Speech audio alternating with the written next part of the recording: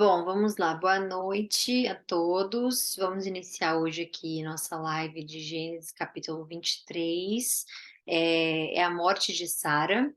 Então a gente vai ver como foi esse evento e que ele o evento tem, né, até hoje, não gosto de falar a palavra evidência, porque eu não acho que a gente tem que ter evidência de nada na Bíblia, mas a gente tem, eh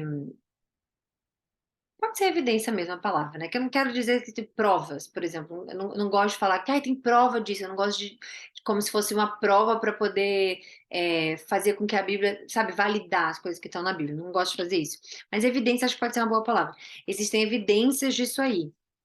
Não somente, né, a morte de Sara, como os poços, esse poço especificamente que a gente leu também agora, sobre essa aliança de Abimeleque com Abraão. Então é bem interessante, assim.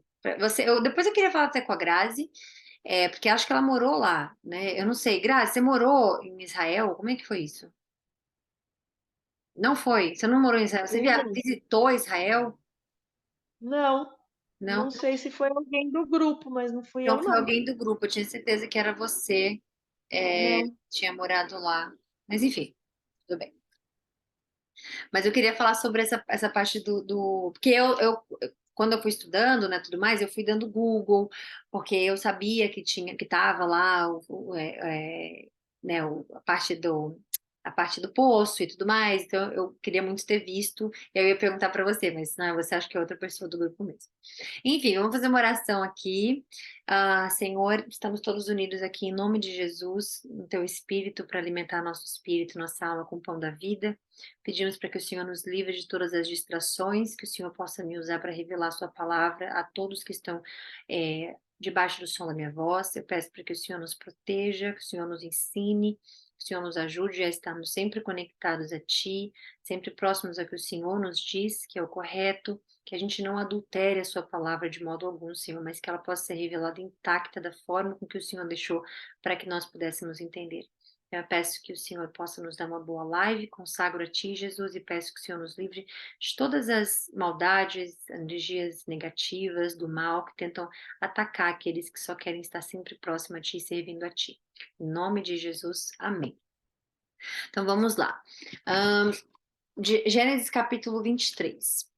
Sara viveu 127 anos e morreu em Criate Arba, que é Hebrom, em Canaã, e Abraão foi lamentar e chorar por ela. Depois, Abraão deixou ali o corpo de sua mulher e foi falar com os hititas. Sou apenas um estrangeiro entre vocês. Cedam-me alguma propriedade para sepultura, para que eu tenha onde enterrar a minha mulher. E responderam os hititas a Abraão: Ouça-nos, Senhor. O Senhor é um príncipe de Deus em nosso meio. Enterre sua mulher numa de nossas sepulturas, na que lhe parecer melhor. Então, estão dando a Abraão ali a chance dele colocar colocar a sepultura ali onde ele quisesse, né. Então, você é um homem de Deus, você tem, né, o favor de Deus na sua vida, você é um príncipe de Deus, então onde o Senhor quiser escolher, escolha, onde lhe parecer melhor, escolha o lugar para poder sepultar Sara. Nenhum de nós recusará ceder-lhe a sua sepultura, para que enterre a sua mulher. Abraão levantou-se, curvou-se perante o povo daquela terra, os hititas, curvou-se em sentido de gratidão, né? Tipo, obrigado, é uma curvar. Não é que ele se prostrou, porque existem pessoas que questionam isso. Ele curvou diante dos hititas. A gente não pode se curvar diante de nada. Cristão não pode. Tem uma certa diferença aqui. Ele se curvou em agradecimento a isso, né? Ele não ajoelhou, ele não prostrou-se em terra, ele não fez oração para ele, não é nada disso, ele fez em sentido de agradecimento. Nós sabemos que nenhum cristão, né, isso Cristo vai revelando, Cristo vai mostrando para as pessoas, não adianta impor, não adianta forçar, não adianta haver contritos de quem é mais cristão, ou qual é o correto, porque a palavra de Deus, ela é única para todos que leem a palavra de Deus, né? Você ou acredita nela, ou não acredite e não fique indo, porque as pessoas ou creem 100% ou elas ficam querendo provar que Deus está errado, ou que Deus se contradiz, ou que Deus não é Deus, ou que. Então, assim, para quem está lendo a Bíblia, ou você lê, você entende que as evidências estão aqui, você entende que o que tem que estar aqui está aqui, ou não. Porque não adianta ler só o livro, né? Não é sagrado dessa forma, para ninguém que leia dessa forma, e questiona Deus. Então, quando a pessoa fica assim, ah lá, curvou-se, é só ter um bom senso. Abraão, do jeito que ele é com Deus, do jeito que ele tem um relacionamento com Deus, entendendo a fé de Deus, entendendo que ele veio, né, de uma família, pelo que nós entendemos, que era adoradores de ídolos, passando por populações tipo a egípcia, por exemplo, onde tem vários ídolos, passando por. Abraão iria se curvar diante de uma pessoa no sentido de temor, como, por exemplo, se faz a Deus? Não, né?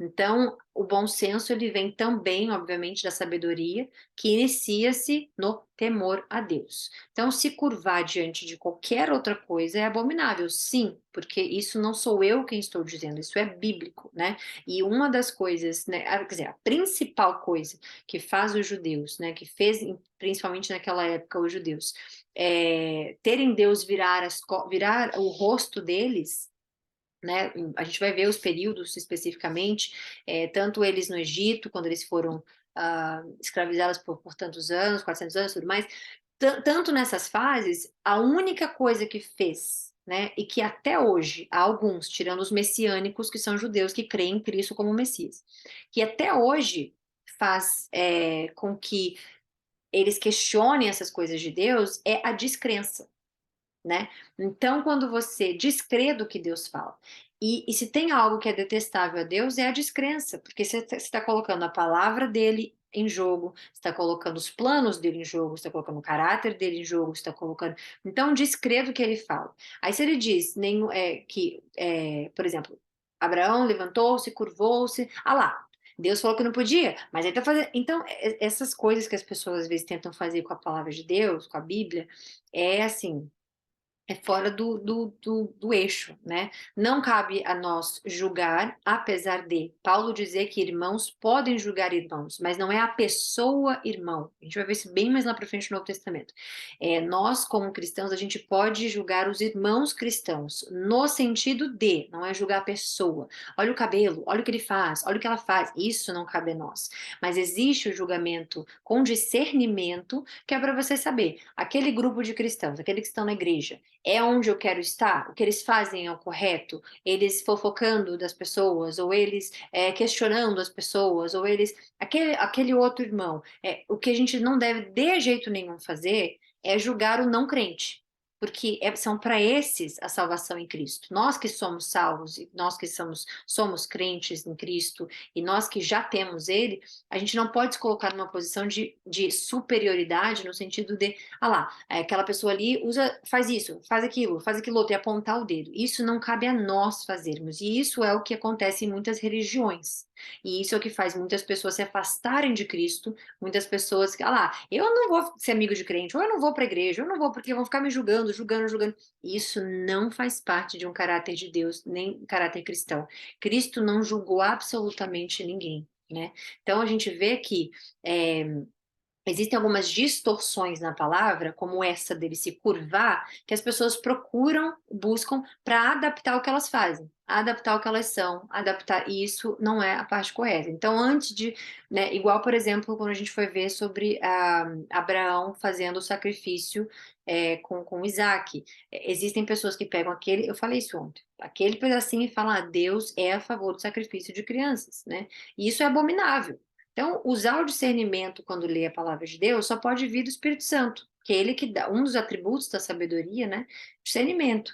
Então, a gente precisa pedir sempre a Deus para tirar os nossos olhos, sempre que eu faço essa oração pedindo para tirar as cortinas dos nossos olhos, do nosso ouvido, é para que a gente ouça de forma espiritual, para que a gente ouça sabendo do caráter de Deus, conhecendo o caráter de Deus e não questionando essas coisas, né? Então, aqui Abraão levantou-se, curvou-se perante o povo daquela terra e disse-lhes: Já que vocês me dão permissão para sepultar a minha mulher, eu peço que intercedam por mim junto a Efrom, filho de Zoar. a fim de que ele me ceda a caverna de Macpela, que é essa caverna que existe, a Macpela que existe, né, até hoje, que você pode colocar no Google, quem nunca visitou, inclusive, que lhe pertence e se encontra na divisa de seu campo. Então, quando você for estudar e ver, você vai ver exatamente onde fica Macpela. Não é um lugar seguro da gente só ir lá e vamos visitar, né? Porque fica em outro território, mas os judeus, os israelenses, na verdade, aqui tomam conta, eles administram a capela e tudo mais, mas fica em território inimigo, né? Fica em território à parte. Então, por isso que ele fala que fica na divisa, porque ele está bem nessa divisa mesmo entre Jerusalém. E se não me engano agora é Gaza, eu não consigo me lembrar, mas eu acho que é Gaza.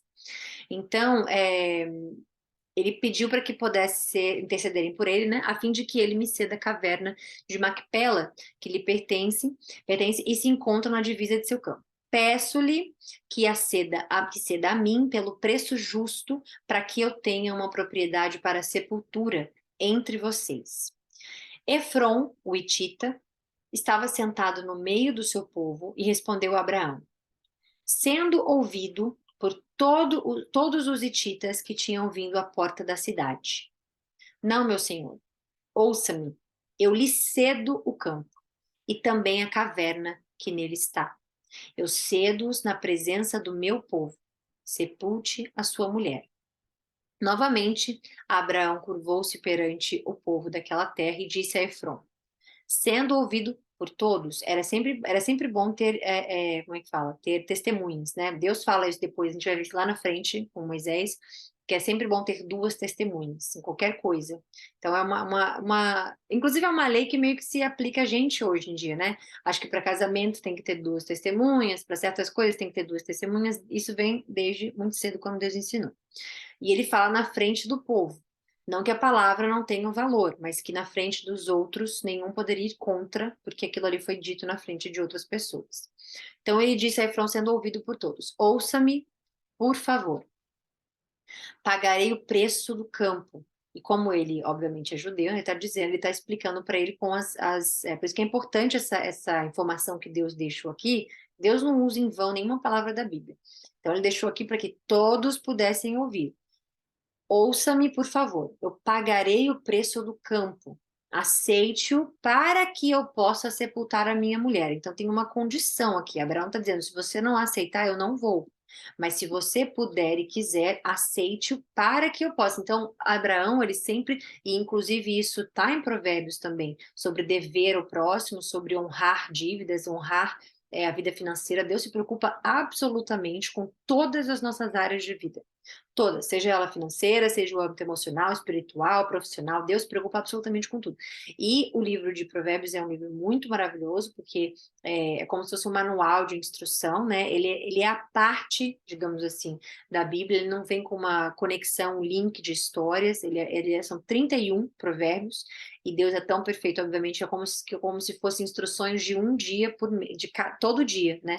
Na sua vida. Obviamente. Ah, tá, e tem mês que tem 28, tem mês que tem 30. Mas a gente entende o que Deus fez ali. Deixou 31, porque é o máximo que a gente pode ter no mês. Então é um livro maravilhoso. E ele fala sobre isso. Então, Abraão, ele tem esse código de honra, de conduta, e ele falou: não, eu quero pagar o preço do campo. Então, para que eu possa sepultar minha mulher, se eu não for assim, eu não aceito. E Efron respondeu a Abraão: ouça-me, meu senhor. Aquele pedaço de terra vale 400 peças de prata. Mas o que significa isso entre mim e você? Sepulte a sua mulher. Então, o que ele está dizendo? Existe uma amizade aqui, existe um relacionamento aqui. O que isso significa para mim? Nada. Então, para nossa palavra, nossa amizade, nada. Então, sepulte ela. Então, Abraão concordou com Efron e pesou-lhe o valor por ele estipulado diante dos hititas, 400 peças de prata, de acordo com o peso corrente entre os mercadores. Assim, o campo de Efron em Macpela, perto de Manre, o próprio campo, com a caverna que nele há, e todas as árvores dentro das divisas do campo, foi transferido a Abraão. Isso aqui é o que a gente vê nas manchetes de hoje em dia. Deus não está deixando aqui à toa. Deus está deixando aqui para mostrar, não só, ele podia ter falado, Deus podia ter só escrito aqui, ó. Assim, o campo e a Macpela é dele. Ficou para Abraão, porque ele não foi dado. Inclusive, é algo que as pessoas de lá, né? Eles brigam até hoje dizendo que não foi pago. Que como é que pode ser dos judeus? Não tem como ser dos judeus, não tem tratado nenhum, não tem papel assinado, não tem nada. Mas isso aqui é a prova. E esse livro aqui que a gente está lendo, ele não é só a Bíblia Sagrada, ele faz parte do Torá, que é o que são os 5 livros dos judeus, é escrito por Moisés. Então, isso aqui vale para os judeus como essa terra é nossa, né? E nessa briga de pra lá e pra cá, o que que é meu, o que que não é meu, o que que não é meu, Macpela ficou para eles, porque, obviamente, Sara, a gente sabe que é esposa de Abraão, e também Abraão, a gente sabe tudo isso. Então, a gente vai ver isso aí, se você for, obviamente, estudar sobre, você vê isso aqui é o que vale o tratado deles. É isso que eles apresentam como prova de que isso é meu, né, o corpo de Sara é nosso, tá tudo aqui. E tanto que, de briga para lá e briga para cá, eles concordaram que Macpela, especificamente ali onde está a capela e tudo mais, os judeus poderiam administrar, mas não devolveram a terra, não deram a eles a terra, nada disso. Então eles administram, por isso que às vezes é perigoso para vocês terem acompanhado com guia, você não pode simplesmente cruzar ali de jeito nenhum, é muito perigoso. E aí ele continua. Então, e Deus deixou claro aqui. Deus deixou claro que o campo de Efron, em Macpela, perto de Manre, o próprio campo, com a caverna que nele há, e todas as árvores dentro das divisas do campo foram transferidos a Abraão como sua propriedade diante de todos os hititas que tinham vindo à porta da cidade. Depois disso, Abraão sepultou a sua mulher, Sara, na caverna do campo de Macpela, perto de Manre, que se encontra em Hebrom, na terra de Canaã. Assim, o campo e a caverna que nele há foram transferidos a Abraão pelos hititas como propriedade para sepultura. Finalizamos aqui hoje. Deixa eu parar aqui a tela, já parei, né? Finalizamos aqui hoje. A gente volta na segunda-feira, se Deus quiser. Eu falei que ia ser um capítulo curto, né? Acabou que levou 22 minutos aí. Aí não vai dar para a gente poder fazer, Grazi, a leitura, porque ficou muito em cima. O que eu estava explicando para Grazi, para quem não estava aqui, o capítulo 24, que é o que a gente vai ler daqui a pouco,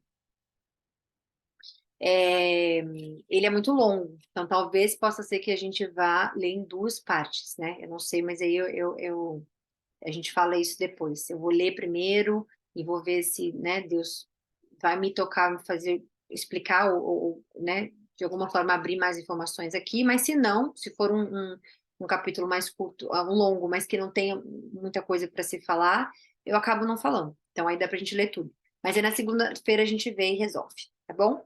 Então fiquem com Deus, um beijo a todos vocês, Deus abençoe o fim de semana de vocês. Obrigada. Oi, Elma, tudo bem? Boa noite, boa noite. Eu não vi que ele estava aqui.